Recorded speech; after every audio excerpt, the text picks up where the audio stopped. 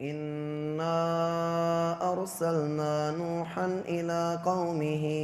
أن أنذر قومك من قبل أن يأتيهم عذاب أليم قال يا قوم إني لكم نذير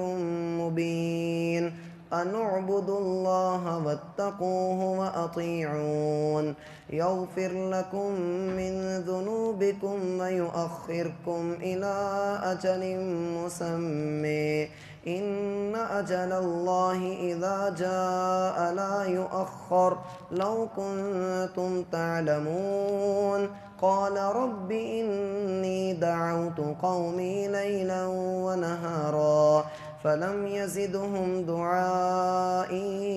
إلا فرارا وإني كلما دعوتهم لتغفر لهم جعلوا أصابعهم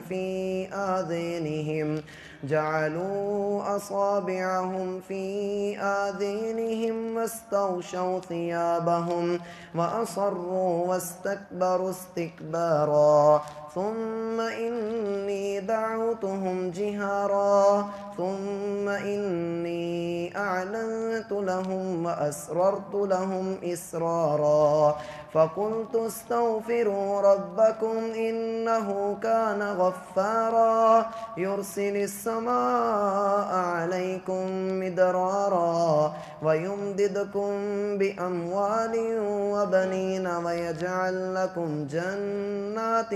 ويجعل لكم أنهارا ما لكم لا ترجون لله وقارا وقد خلقكم أطوارا ألم تروا كيف خلق الله 7 سماوات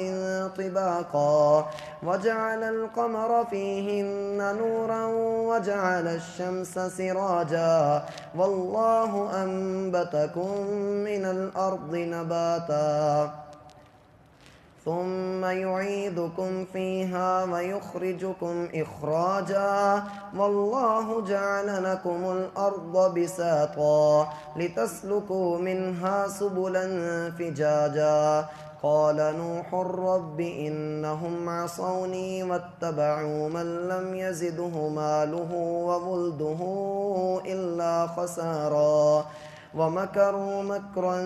كبارا وقالوا لا تذرن آلهتكم ولا تذرن ودا ولا سواعا ولا يغوث ويعوق ونسرا وقد أضلوا كثيرا ولا تزد الظالمين إلا ضلالا مما خطيئاتهم أغرقوا فأدخلوا نارا فلم يجدوا لهم من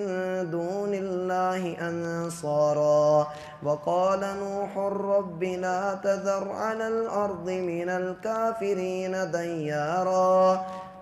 وقال نوح رب لا تذر على الأرض من الكافرين ديارا إنك إن تذرهم يضلوا عبادك ولا يلدوا إلا فاجرا كفارا رب اغفر لي ولوالدي ولمن دخل بيتي مؤمنا وللمؤمنين والمؤمنات ولا تزد الظالمين إلا تبارا.